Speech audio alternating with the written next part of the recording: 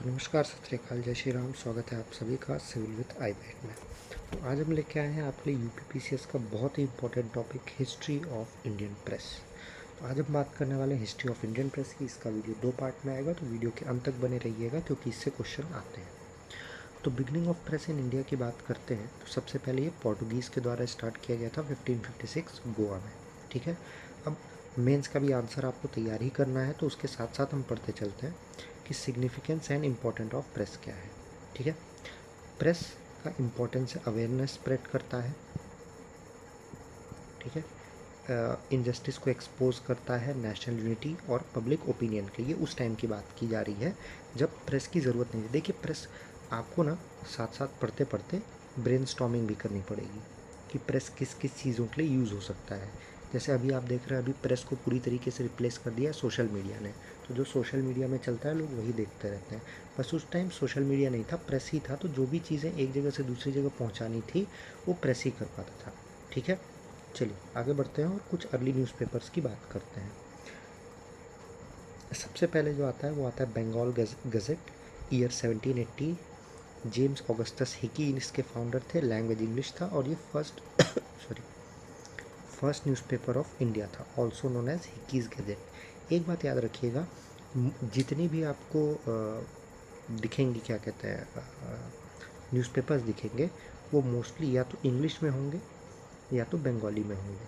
तो नाम से आपको पता चल जाएगा कि वो इंग्लिश में है या बंगाली में है। कुछ कुछ एक्सेप्शंस होंगे तो उनको हम देखेंगे। जैसे देखिए, English Bengali, English Bengali, English, फिर नीचे आइए English Bengali, English Marathi, English, फिर बंगाली बंगाली, इंग्लिश उर्दू, बीच में फिर इंग्लिश इंग्लिश। तो मोस्टली आपको क्या दिख रहा है कि इंग्लिश ही है या बंगाली है। ठीक है, जो अलग होगा उसको हम अलग से याद कर लेंगे। चलिए, क्रोनोलॉजी भी आपसे पूछ सकता है तो उसको भी ध्यान दीजिएगा। फिर आता है समाचार दर्पण, 1880 में था, जेसी मार्शमैन। ये नाम से पता चल रहा है कि ये बंगाली होगा। फर्स्ट न्यूज़पेपर था इंडियन लैंग्वेज में, पब्लिश्ड बाय सेरमपुर मिशनरीज। तो आप इसको याद कैसे करेंगे? दर्पण दो मन है देखने का, दर्पण दो मन है देखने का। ठीक, फिर संवाद कौमुदी 1821, राजा राम मोहन रॉय। तो राजा राम मोहन रॉय आपको पता ही है कि किस लिए थे। ट्रिक कैसा है, राजा के लिए समय कीमती है, तो राजा के लिए संवाद को समय कर लीजिएगा, कीमती है। ठीक है, राजा के लिए समय कीमती है। ट्रिक्स यहाँ लिखी गई हैं, आपको कोई डाउट होगा तो आप कमेंट सेक्शन में हमें बता सकते हैं। फिर मिरातुल अकबर 1822, सेम राजा राम मोहन रॉय, और इसका लैंग्वेज जो था वो पर्शियन था। नाम से ही आपको पता चल रहा है मिरातुल अकबर, तो पर्शियन होगा। First Persian newspaper of India था। अब आप याद कैसे करेंगे? अकबर राजा था, अकबर राजा था, तो उससे आपको याद हो जाएगा राजा राम मोहन रॉय। फिर इंडियन मिरर आया, नाम से पता चल रहा है कि क्या होगा, इंग्लिश होगा। देवेंद्र नाथ टैगोर और केशव चंद्र सेन में 1861 में।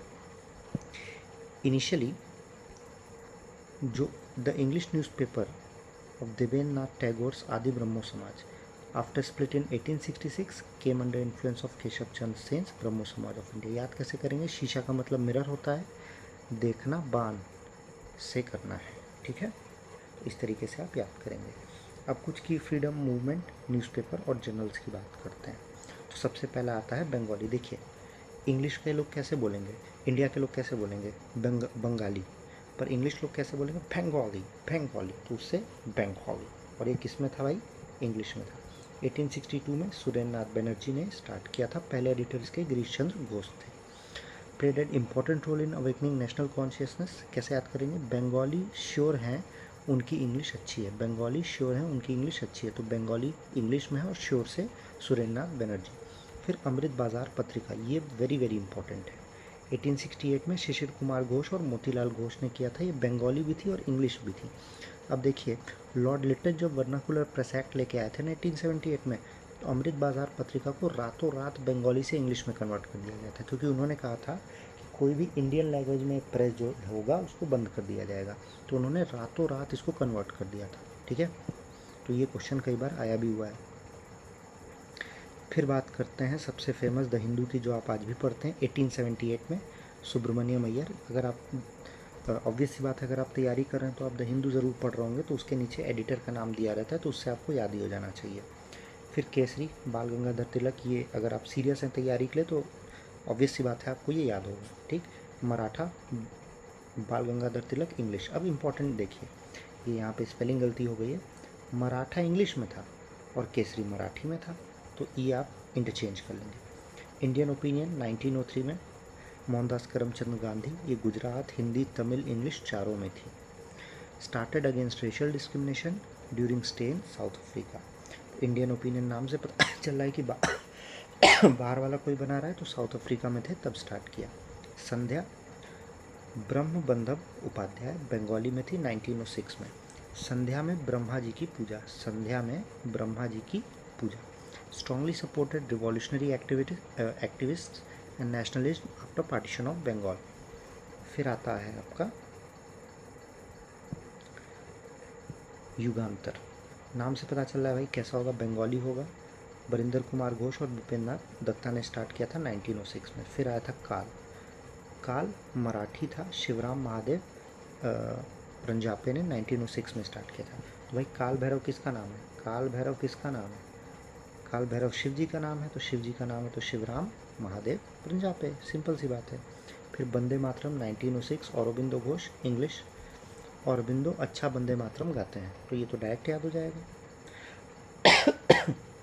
फिर अल हिलाल आता है, मौलाना अबुल कलाम आज़ाद, ये आप लोग कई बार सुने होंगे।